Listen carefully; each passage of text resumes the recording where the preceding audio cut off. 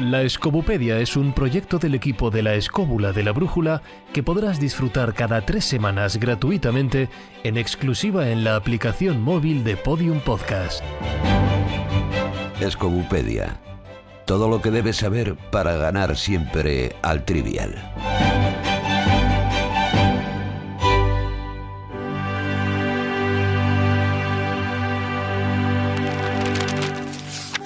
En el tomo de hoy...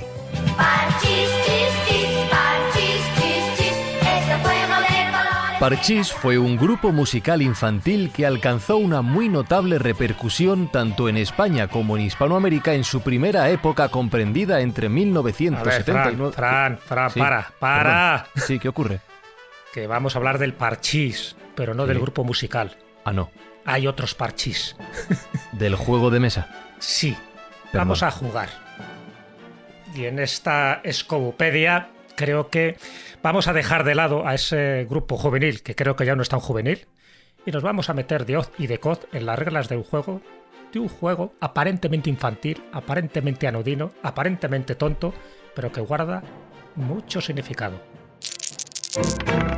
El parchís es un juego de mesa derivado del pachisi. Es muy popular en todo el mundo.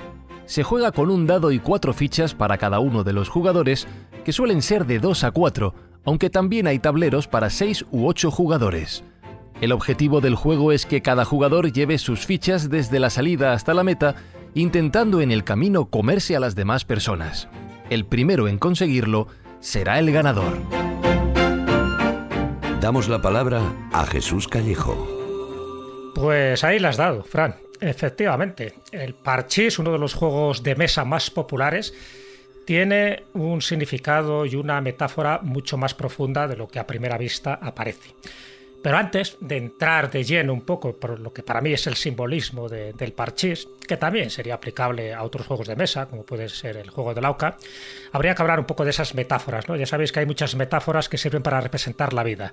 Una de ellas es el famoso tren que sale de la estación, vamos haciendo paradas hasta que llega a nuestro destino final. Otra metáfora de la vida es el mundo como una representación teatral y nosotros estamos representando un papel determinado.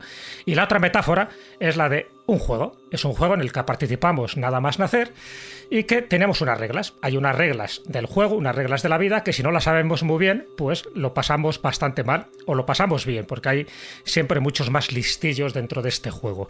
Así que el juego, desde un punto de vista amplio y genérico, desde su origen y desde su finalidad, lo que intenta representar es una herramienta de conocimiento rápido, una herramienta de búsqueda interior, de evolución humana, porque incluso cuando son de puro regocijo, tienen destellos de victoria y de superación.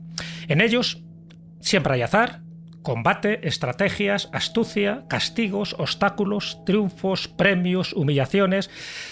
En definitiva, el juego es por sí mismo un microuniverso donde el jugador debe encontrar un lugar.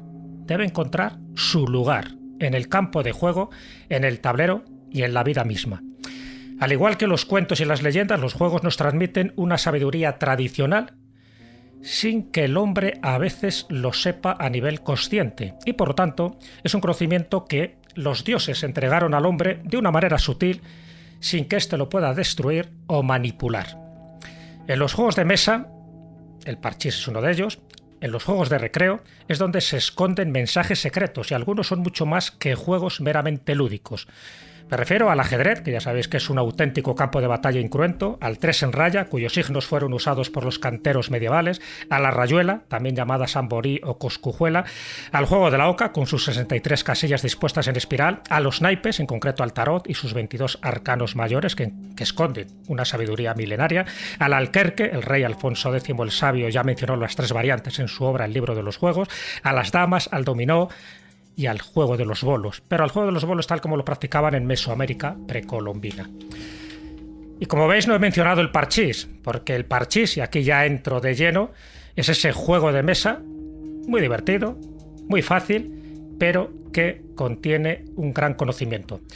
El parchís no siempre se ha llamado parchís o parchisi, que sería la etimología, antes era el chaupar, sí que parece que la procedencia sería de la India.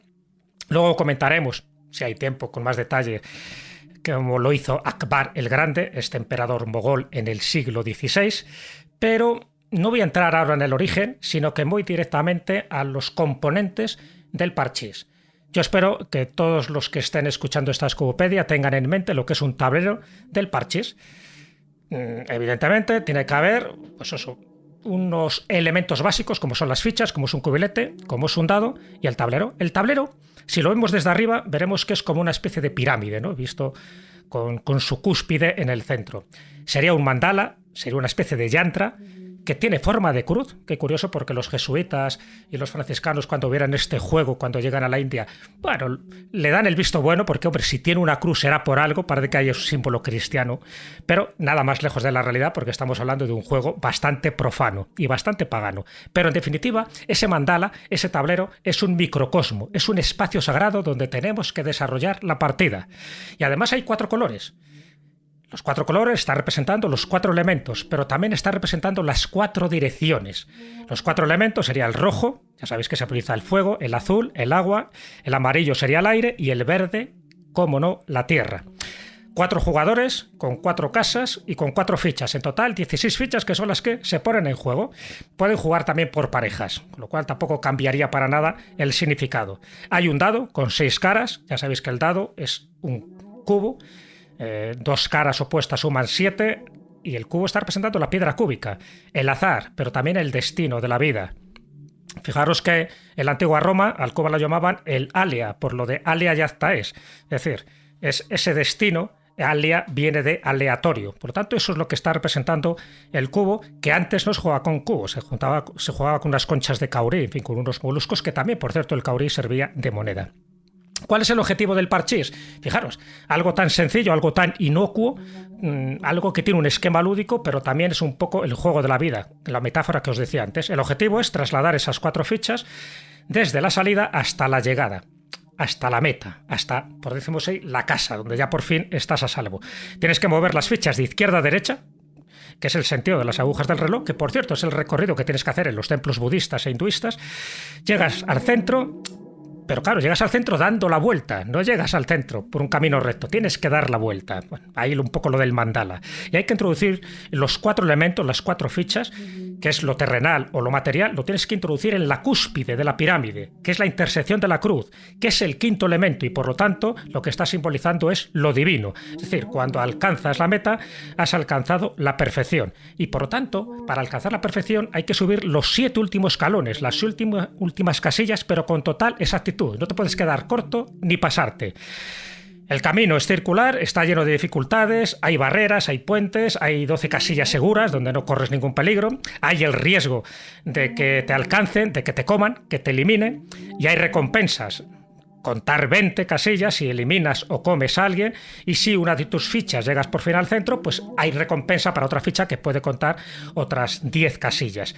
Así que fijaros un poco, ya con esto termino esta introducción, cómo hay 2 números claves para jugar al parchís. Primero tienes que sacar un 5 si quieres empezar a jugar a la vida, es decir, si quieres empezar a entrar en el tablero del juego y por lo tanto a formar parte de ese microcosmos. Tienes que sacar un 5, pero el 5 no es un elemento cualquiera.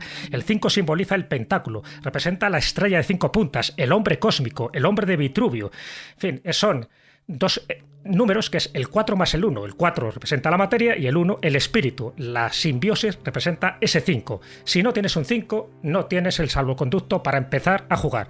Pero cuidado, ya sabéis que con el dado se van sacando números y números, vas avanzando con muchos riesgos, por supuesto. Pero ¿qué ocurre cuando sacas 3 6 seguidos? 3 6 seguidos, ya sabéis que al final la última ficha que has movido, esa es la que se irá a casa porque se penaliza, porque el 666 es la marca de la bestia, es lo que aparece en el capítulo 13 del Apocalipsis. Cuidado, ya sabemos, y eso lo sabe muy bien Maese, que seguro que ahora mismo se está mordiendo la lengua, que realmente el número del anticristo, el número de la bestia, no es el 666, sino el 616. Pero esto no lo sabían bien los que hicieron el primer parchís. Por lo tanto, nos seguiremos rigiendo por el 666. Y bueno, y con esto termino. Lo que quiero decir es que al final todos estos juegos, incluido el parchís, son una especie de guía de campo, de claves secretas, de sistema de indicio, de señales mnemotécnicas para transmitir una enseñanza a nivel superior. Muchos de estos juegos, igual que pasa con muchos de los cuentos infantiles o muchos de los cuentos de hadas, son herramientas de conocimiento donde la verdad está velada en forma de símbolos.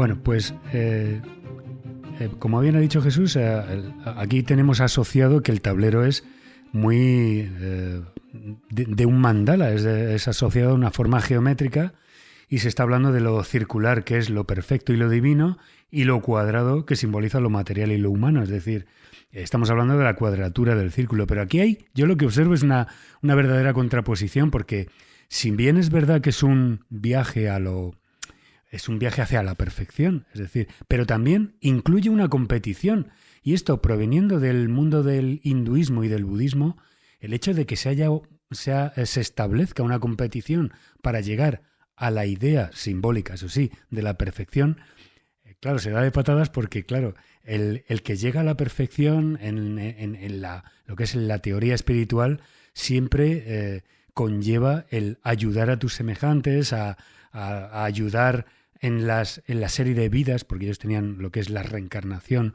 una y otra vida, para poder volver una y otra vez y ayudar a los que todavía no han contenido esa especie de evolución espiritual, ¿no? Entonces, ahí está la contraposición, es esa competición por llegar a esa perfección mediante un mandala en la que hay, como bien ha dicho Jesús, un macrocosmo y un microcosmos que nos viene de todo el mundo hinduista y budista, ¿no? Lo circular, lo cuadrado, es decir, es, no cabe duda, un viaje de iniciación, pero lo que establezco es esa contradicción entre el llegar a la iniciación, a la perfección, con esa competición.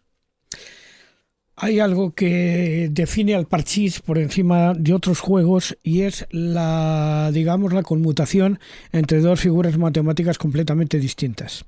El tablero está basado en la figura del 8, fundamentalmente, el 4 doblado, por decirlo de alguna manera, que al final termina en la cúspide de la pirámide, donde están las celdas finales. Realmente es el símbolo del 8 y del 4 doblado. Pero además el mecanismo con el que tú tienes que encontrar cómo se avanza, cómo se retrocede, cómo se come o cómo se deja de comer, sin embargo está basado no exactamente en el 8, sino en el 7. Por lo tanto, el parchís también de alguna manera es una representación simbólica de la cuadratura del círculo, por decirlo de alguna manera. Porque el dado, como máximo, puede tener 7. Sería, digamos, el momento, esa piedra cúbica a la que se refería Jesús en este momento y tal. Pero un 7 que se tiene que mover dentro de un 8. O sea, parece que esto es una tontería, pero es un mundo muy complejo simbólicamente, porque es encontrar precisamente la dificultad que existe en casar el mundo de lo material con el mundo de lo espiritual, visto desde un punto de vista simbólico. Yo creo que esa es la gran virtualidad del parchís, fundamentalmente. Sobre todo porque el desarrollo del juego, al ser de tipo aleatorio, indica que tú dependes de algo externo para poder llegar a conseguir tu meta. O sea, no depende solamente de ti mismo ni de tu habilidad, sino también de lo que se llama el azar, la baraca, por decirlo de alguna manera. Creo que eso es importante tenerlo en cuenta en el parchís. Yo creo que eso último que dice Juan Ignacio es uno de los elementos más interesantes del parchís, porque el parchís, como todos los juegos que simulan la vida, tienen una cosa absolutamente fabulosa, y es que tus habilidades están condicionadas siempre a la suerte y a lo que hagan los demás. Muchas veces tú puedes estar haciendo muy bien y tener suerte, pero hay una especie de factor externo que incluso entra a la actitud de otras personas que están jugando contigo, que determinan cuál va a ser tu futuro. En ese sentido me parece maravilloso. Hay algo que os habrá ocurrido a todos y les habrá ocurrido a todos nuestros oyentes en la vida, porque es lo máximo que se sufre en el parchís, que es cuando llegas a un sitio, estás jugando al parchís y te dicen, es que así es como se juega en esta casa, y te acaban de cambiar una regla fundamental. Entonces, bueno, eso forma parte también de la magia del mundo, de la magia del destino de la vida, que te encuentras con cosas sorprendentes cuando tú parece que tienes controlado todo. Pues no, llega siempre alguien y dice, no, aquí no se puede comer porque están dos fichas juntas en medio no sé qué. Bueno, luego también un detalle interesante, que es cuando tú ayudas a alguien en el beneficio tuyo, no en el beneficio del otro, sino el tuyo propio, porque por ejemplo atacas las fichas del que va primero, porque sabes que atacando a las que va primero, aunque beneficies a otro, que a lo mejor va detrás de ti, de esa manera tienes una capacidad de reposicionarte en tu camino hacia el objetivo final. A mí todos los juegos, reconozco que todos los juegos que simulan el mundo, el universo y la vida me parecen absolutamente alucinantes, y todos, como dice también Juan Ignacio, tienen una complejidad matemática sofisticadísima. Sí. Son juegos que no están pensados, que no se dejó nada al azar, que son el fruto de la evolución pensante de muchísima gente durante muchísimo tiempo.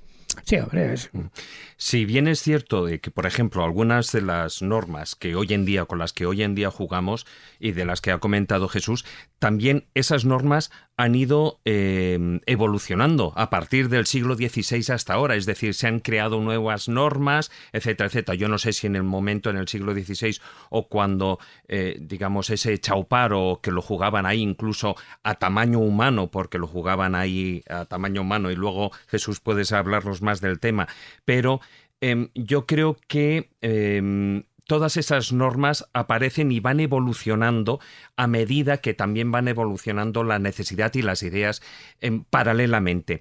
Pero fijaros, si bien el parchís decimos que es, bueno, pues posiblemente el origen sea de la antigua la India, también en China también se jugaban, pero a mí me llama mucho la atención dos juegos en particular.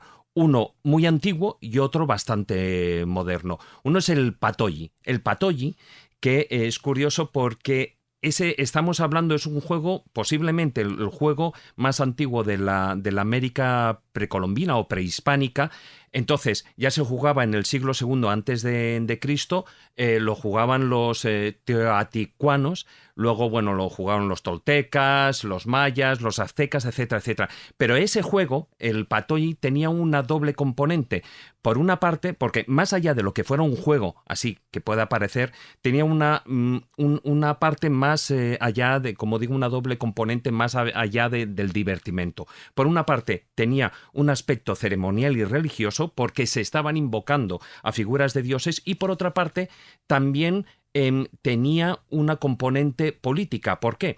Porque incluso lo jugaban gobernantes contra gobernantes de tribus y de pueblos. Entonces, ¿qué ocurría? Que ellos apostaban. Apostaban no solo vidas, sino apostaban vidas de gente, de su propia gente, sino que además apostaban riquezas, apuntaban objetos, desde pieles a piedras preciosas, a oro, etcétera, etcétera. De manera que algunos de ellos se apoyaban en lo que hoy en día consideramos esos taúres profesionales, esos jugadores profesionales que los vemos mucho en el mundo de los casinos o de las cartas, y a su vez también se jugaban como decía, con las vidas humanas, pero con esclavos. Con lo cual era un juego muy importante lo que era en la antigüedad, el Patoyi. Y luego hay otro juego que digo que es más moderno, y es un juego que se crea que es el TOC. El TOC es un juego aparentemente, se inventa en Estados Unidos, en Canadá, mejor dicho, y lo que hacen es muy parecido, pero en lugar de cartas, de dados, utilizan cartas. Entonces, hay una serie de cartas, el as, por ejemplo, luego también utilizan lo que es la baraja inglesa o la francesa y tal, pues es el 4, utilizan el as, el 4, el 5, el 6, y luego la sota, lo que ellos llaman el jack, ¿no? El caballo y el rey. Entonces, cada carta no solo tiene una puntuación, sino que marca una acción muy parecida a estas que ha comentado Jesús, ¿no? Que tienen mucho sentido en la vida. Por ejemplo, el caballo ya no es que pueda saltar o no, sino o tantas casillas o menos casillas. Es un juego muy completo en el que además requiere de una gran concentración y muy parecido, incluso el tablero es muy, muy, muy parecido a lo que es el juego del parchís, salvo que se juega con cartas. Bueno, hay una cosa que creo que debieran saber nuestros oyentes, y es que el parchís, digamos, en algunos imperios orientales no se jugaba con fichas como ahora, se jugaba con personas vestidas de una cierta manera. El tablero era inmenso, o sea, era... Sí, o no vestidas. No, es que depende también. Ten en cuenta que la forma que conocemos actual del parchís no es exactamente igual que la antigua, porque ahí se hacían verdaderos negocios en aquello también, o sea, que es que de alguna manera pues es un poco también el mito de la rayuela, ¿no? La rayuela, la vida dividida en compartimentos a los que tú estás pudiendo llegar en función de tu habilidad, pero en función también de lo que te toque. Sí, pero ahí, Jesús, está el Akbar, ¿no? Precisamente. Sí, por eso digo, a ver, el origen del parchís es muy antiguo y se pierde en la noche de los tiempos y posiblemente no sepamos ni cómo se llamaba, pero lo mismo pasa con el tres en raya, con el alquerque, son distintas variantes que muchas de ellas se popularizaron en la Edad Media. En el caso del parchís sí hay una leyenda que tiene una parte histórica y es que se remonta al siglo XVI, a 1570, nos vamos a la India, a Fatehpur Sikri, en Agra, y ahí es donde dice que Akbar el Grande, que por cierto fue uno de los grandes emperadores, en fin, una de las personas que mejoró y actualizó muchísimo, ¿no?, la India de su época. De hecho, fue un mecenas del arte, de la cultura, tenía una biblioteca de más de 24.000 volúmenes y bueno, pues le daba por jugar y él decía que siempre hay que tener una buena mesa, hay que tener una buena cama y entre ambos extremos hay que tener una distracción digna, y él no jugaba con fichas. Es verdad que lanzaba el caurí, estas conchas de molusco, y como tenía que lanzar 25 de ellas, 25 parchichi, parece que de ahí viene la palabra hindú de parchís, ¿no? Pero ya digo que el juego es muy anterior. Entonces es verdad que jugaba con concubinas, de las de su harén, y aquella que llegaba al centro, pues hay dos versiones. Una dice que llevaba un premio y otra es que se la beneficiaba. Hay que reconocer que molaba más el juego que ahora. Entonces, el hecho es que no sé si tenían mucho interés en llegar a meta, porque allí estaba Akbar el Grande sentado en su trono, esperándolas y mirándolas con ojos lujuriosos. Pero bueno, ahí está, es ese tablero gigante. Es verdad que ellas deberían estar vestidas con los 4 colores, porque los 4 colores yo creo que son fundamentales un poco para entender el significado también del parchís, ¿de acuerdo? O sea, yo lo he mencionado antes como los 4 elementos, pero lo digo de una forma muy rápida. El color rojo ya sabéis que está simbolizado la fuerza vital, la energía. El azul sería el intelecto, el cielo y también la paz de espíritu. El verde sería la naturaleza, las sensaciones. El amarillo, pues evidentemente el sol, el principio divino, pero también tiene una contraparte que es la de deslealtad y la traición. Entonces, cada color está también representando una de las cualidades emocionales y sentimentales que tiene el ser humano. Pero bueno, eso es una leyenda que posiblemente sea cierta, pero eso no quiere decir que el parchís surgiera con Akbar el Grande, que era muy grande, pero también era un poco promiscuo. De hecho, y para una pequeña puntilla, cuando se juega con figuras humanas, ya no se trata ahora del parchís, digamos, que se pudiera jugar en la India, o si Carlos tenía esos beneficios o no sexuales para la vencedora o la ficha que llegaba al centro, pero por ejemplo cuando se jugaba al ajedrez y las cosas tenían otros tintes, en este caso mucho más sanguinarios. Bueno, mi apreciación es que debería ser esto, pues del mismo modo que, bueno, pues los cuentos tienen su significado profundo. Parchís, ajedrez, tres en raya, todos estos que son reflejo de una iniciación, pues yo, tal y como lo percibo, pues en el mundo infantil o adolescente, creo que no se llega a este significado profundo, que esto se llega mucho más tarde con este tipo de conocimientos. Quizá en lo que es el ajedrez sea el juego rey en cuanto a que es un poco reflejo de la vida también, ¿no? Es decir, el enroque, cómo las fichas se mueven, cómo das jaque. Incluso hay palabras hechas ya de te he dado el jaque o el jaque mate, tal. Es decir, esos significados profundos deberían estar desde muy al principio del aprendizaje al alcance de nuestros niños y adolescentes. Bueno, ya sabéis que incluso el parchís ha derivado algún que otro chiste, ¿no? Como ese de que se parece un hombre a una ficha del parchís, que los dos se comen una y cuentan 20. Así que hay muchísimas de esas variantes donde también, siguiendo el ejemplo de Akbar el Grande, también tiene su parte licenciosa. La Escobuperia responde. Abrimos la sección de preguntas frecuentes.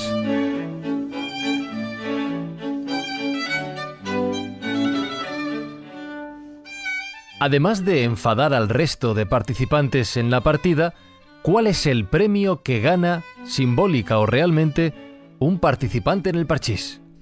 Bueno, el participante del parchís, el premio que recibe fundamentalmente es el premio del triunfo, de haber conseguido llegar a la meta antes que los demás. De alguna manera es, por decirlo de alguna manera, la simbolización de un deporte olímpico.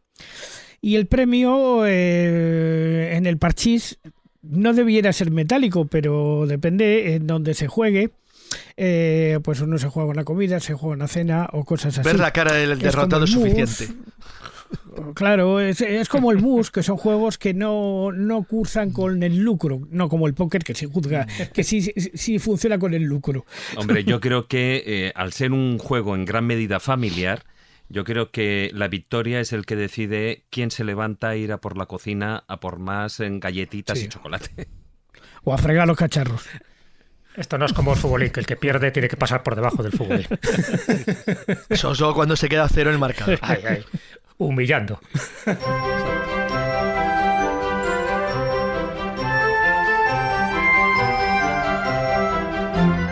¿Cómo se conoce al juego del parchís en otras partes del mundo? Bueno, pues mira, en Alemania tiene un nombre en alemán que no voy a pronunciar, pero que significa algo así como no te enfades, hombre.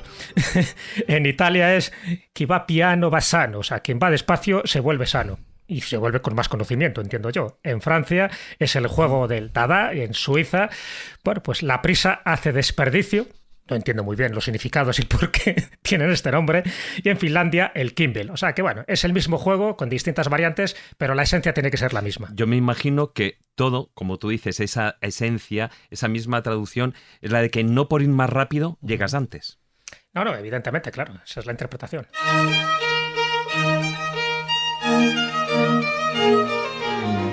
Y una pregunta importante para jugar entre todos. ¿Y en vuestra casa cómo se juega? Bueno, yo tenía una rareza de toda la vida y es que teníamos un parchís de 6. Un parchís de 6, con lo cual era muy divertido porque te aumentaba el número de colores, permitía jugar durante más tiempo y además no solamente tenía 6 colores, sino también 6 fichas en vez de las 4 habituales, lo cual lo hacía más largo y más emocionante porque era mucho más difícil. 6. Sería hexagonal, ¿no, Carlos? Sí, era hexagonal, era muy curioso y era muy original.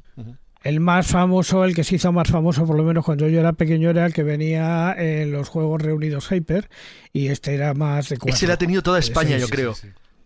Hombre, hoy en día el más original o más lógico y normal es el que por una cara tiene el parchís, le das la vuelta al tablero y tiene el juego de la oca, que ya tiene también muchísima historia detrás.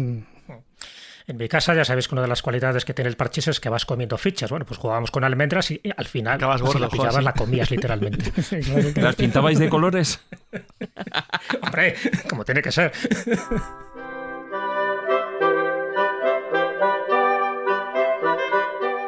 En el próximo tomo hablaremos sobre el apasionante y aéreo mundo de los dirigibles. Gracias por consultar la Escobupedia. En 3 semanas pondremos un nuevo tomo a su disposición.